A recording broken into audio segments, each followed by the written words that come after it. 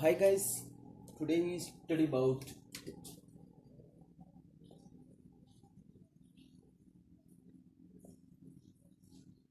Inorganic chemistry.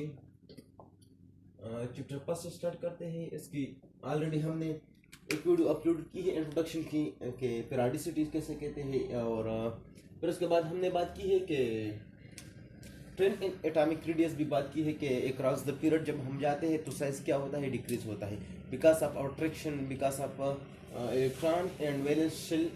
जो electron होते हैं वैलेंस शेल के साथ इसकी अट्रैक्शन ज़्यादा होती है, तो इस वजह से साइज डिक्रीज होता जाता है। सही। फिर आते हैं आज सेकंड, इसको हम कहते हैं trend in ionisation energy.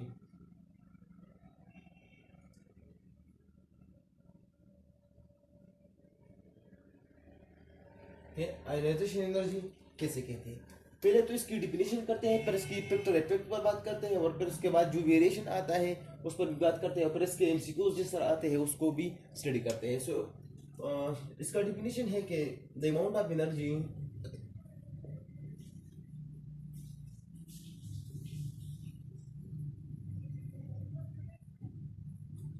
required to remove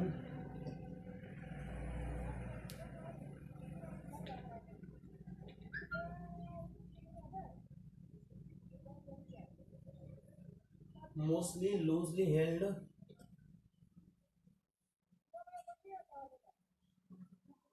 electron in a gaseous state। जब हम एक शेल से इलेक्ट्रॉन को रिमूव करते हैं, वैलेंस शेल से जो इसका लास्ट इलेक्ट्रॉन होता है, अगर उसको हम रिमूव कर लें तो उसको हम कहते हैं कि क्या है, आयोनाइजेशन एनर्जी। और यहाँ पर गैसियस स्टेट का वर्ड इसलिए यूज हुआ क्योंकि जब हम एक एटम से इलेक्ट्रॉन को रिमूव करते हैं तो उसको हम पहले कन्वर्ट करते हैं, आयोनाइज फॉर्म में कन्वर्ट करते हैं। सही है। तो यहाँ पर इस वजह से गैसियस स्टेट का वर्ड यूज हुआ है। फिर इसकी बात करते हैं कि इसकी मुख्तलिफ चीज़ों पर डिपेंडेंट है, मतलब डिपेंड करता है कि कौन कौन से इसकी डिपेंड करता है। एक तो ये है कि स्क्रीनिंग इफेक्ट है इसका, जिसको हम कहते हैं कि बियरनेस ज्यादा है कम है। अगर एक इलेक्ट्रॉन के साथ वैलेंस शेल में इलेक्ट्रॉन ज्यादा है और कम है, उस पर भी डिपेंड करता है कि जो न्यूक्लियस होता है वो गिरा हुआ होता है या खुला होता है। सही है। एक डिपेंड करता है screening effect, distance between nucleus and valence shell।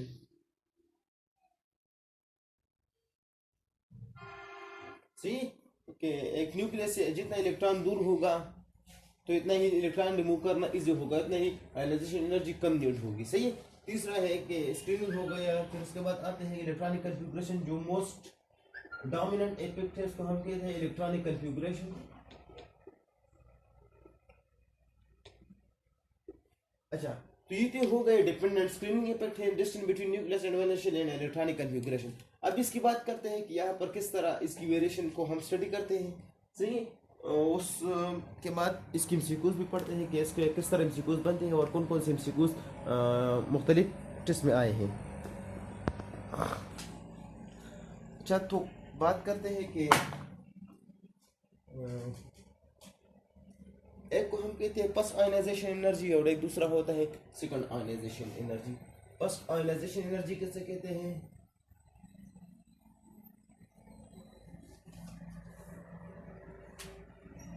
वो एनर्जी जो एक इलेक्ट्रॉन फर्स्ट इलेक्ट्रॉन को रिमूव करने के लिए जो एनर्जी रिक्वायर होती है उसको हम कहते हैं फर्स्ट आयोनाइजेशन एनर्जी।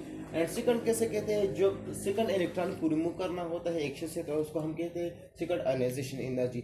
लेकिन second ionisation energy always greater than first ionisation energy. Means second ionisation energy जो होता है वो always greater than first ionisation energy. But depend करता है कि इलेक्ट्रॉनिक कन्फिगरेशन किस तरह है। अगर एक शेल में हाफ फिल आता है तो फिर वो डिपेंडेंट है कि कौन सा ज़्यादा होगा। लेकिन जनरली बात कर ले तो second ionisation energy always greater than first ionisation energy. सही। क्यों ज़्यादा होगा, सेकंड आयनाइजेशन एनर्जी इस वजह से ज्यादा होगा जब एक शेल होगा और उस शेल से इलेक्ट्रॉन रिमूव होता जाएगा। सही,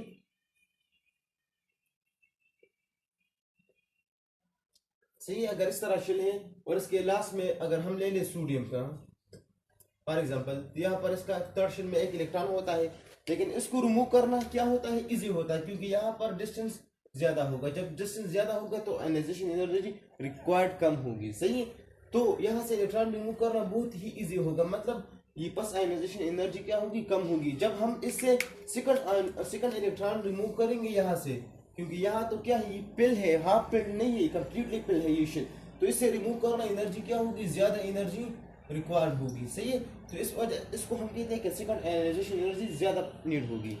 सही, एक बात तो ये हो गई।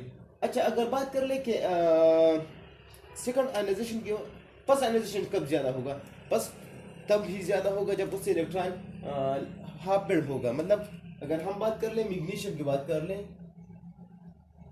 सही, इसके लास्ट शेल में क्या इलेक्ट्रॉन होंगे, 3s2 है ना, तो इससे यहाँ पर 2 इलेक्ट्रॉन होंगे। सही, अब इससे इलेक्ट्रॉन रिमूव करना मुश्किल है, क्योंकि यहाँ भी तकरीबन इसमें 2 इलेक्ट्रॉन है। सही है, 3s2 है, तो 3s2 क्या है, पिल है ना, तो इससे इलेक्ट्रॉन रिमूव करना मुश्किल होता है। सही है, अगर हम इससे इलेक्ट्रॉन रिमूव करेंगे ये फर्स्ट वाला, तो फिर हाफ पिल्ड रह जाएगा, तो हाफ पिल्ड एनर्जी क्या होगी, लेस रिक्वायर्ड होगी। हमने बात की है कि इलेक्ट्रॉनिक कन्फिगरेशन पर इफेक्ट करता है। सो इलेक्ट्रॉनिक कन्फिगरेशन पर इस तरह इफेक्ट करेगा कि ये अगर कंप्लीटली पिल्ड है,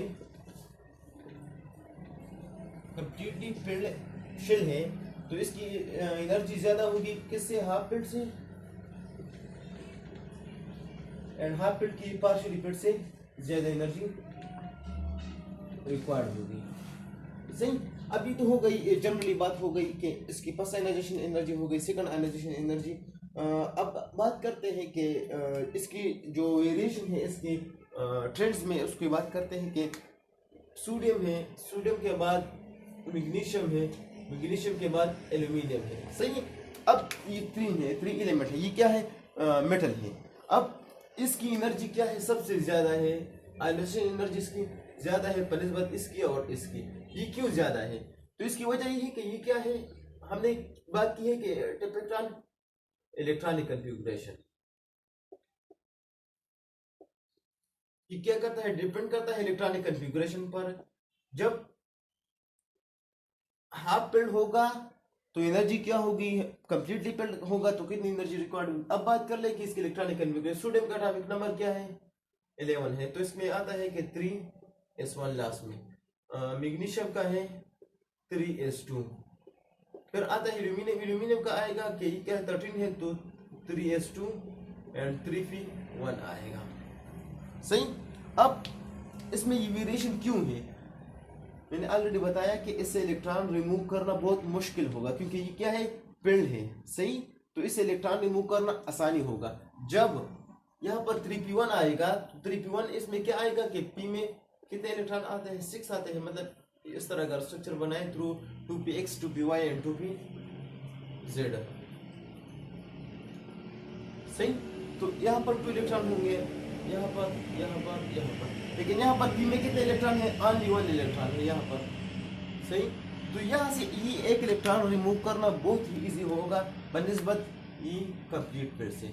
तो इस वजह से इसकी एनर्जी क्या है कि इसकी एनर्जी इससे भी ज्यादा और इससे भी ज्यादा है। मींस मैग्नीशियम की एनर्जी, आयनाइजेशन एनर्जी ज्यादा होगी मतलब एल्यूमिनियम से, एल्यूमिनियम की ज्यादा होगी सोडियम से। एक बात तो ये हो गई।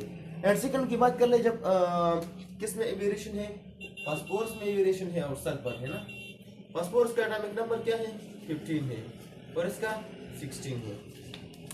अब अगर बात कर ले कि किस तरह बनेंगे, 1:2, 2:2, 2p6, 3:2 एंड 3p3, 2 to 10, 15 हो गए। सही, एंड बाकी दूसरा सल्फर है, तो यहाँ पर 3:2 आएगा एंड यहाँ पर 3p4 आएगा।